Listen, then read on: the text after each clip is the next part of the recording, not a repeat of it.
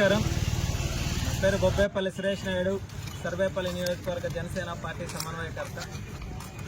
గత 5 ఏళ్లలో రాష్ట్రంలో గంజాయిని పెంచి యువత జీవితాలని సర్వనాశనం చేసినటువంటి పరిస్థితులు మనం ఎన్నో చూసాం.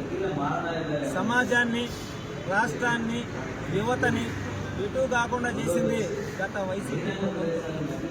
కాబట్టి నేడు కూటమిలో భాగంగా మేమంతా కూడా ఏదైతే యువత చెడు వ్యసనాలకు బానిసలై సమాజానికి విద్రోహ శక్తులుగా తయారవుతున్న వాళ్ళందరినీ కూడా గాడిలో పెట్టే విధంగా చర్యలు తీసుకోవాలని చెప్పి ఈరోజు సర్వేపల్లి నియోజకవర్గంలోని తోటపల్లి గూడూరు మండలంలో పోలీస్ స్టేషన్లో ఒక కంప్లైంట్ ఇవ్వడం జరిగింది. ఎవరైనా సరే బహిర్గత ప్రదేశాలలో మందు తాగడం, అదేవిధంగా మారణాయుధాలని ఒడ్లో పెట్టుకొని తిరగడం, ప్రజలు భయభ్రాంతులకు గురయ్యే విధంగా ఉన్నారు. కాబట్టి వాళ్ళందరి మీద కూడా పోలీసు వ్యవస్థ బైకుల్లో పోయేటప్పుడు లైసెన్సు, హెల్మెట్తో పాటు మారణాయుధాలు ఉన్నాయా, పంజాకి దాగుండారా, మందు దాగుండారా, వాళ్ళందరి మీద కూడా చర్యలు తీసుకోవాలా.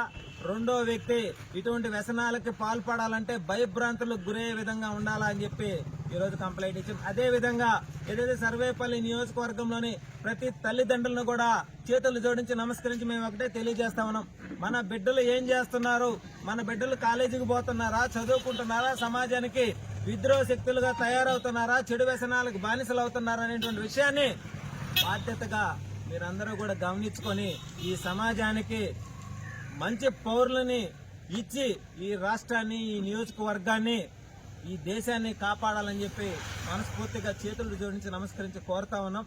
అదేవిధంగా పోలీస్ వ్యవస్థ కూడా ఎవరైతే ఇటువంటి చర్యలకు పాల్పడుతున్నారో గ్రామాలలో కావచ్చు, మండలాలలో కావచ్చు, నియోజకవర్గంలో కావచ్చు, వాళ్ళందరి పైన పార్టీలు ఇవన్నీ చూడకుండా ఉక్కుపాదం మోపి సామాన్యులు కూడా ధైర్యంగా తిరగగలిగే విధంగా, ఒక ధైర్యాన్ని ఇచ్చే విధంగా చర్యలు చేపట్టాలని చెప్పి మనస్ఫూర్తిగా తెలియజేస్తా ఉన్నాం. ఈ విషయాన్ని ఇక్కడే కాదు, సర్వేపల్లి నియోజకవర్గంలోని 5 మా పోలీస్ స్టేషన్లో కూడా ఇవ్వడంతో పాటు హోంశాఖ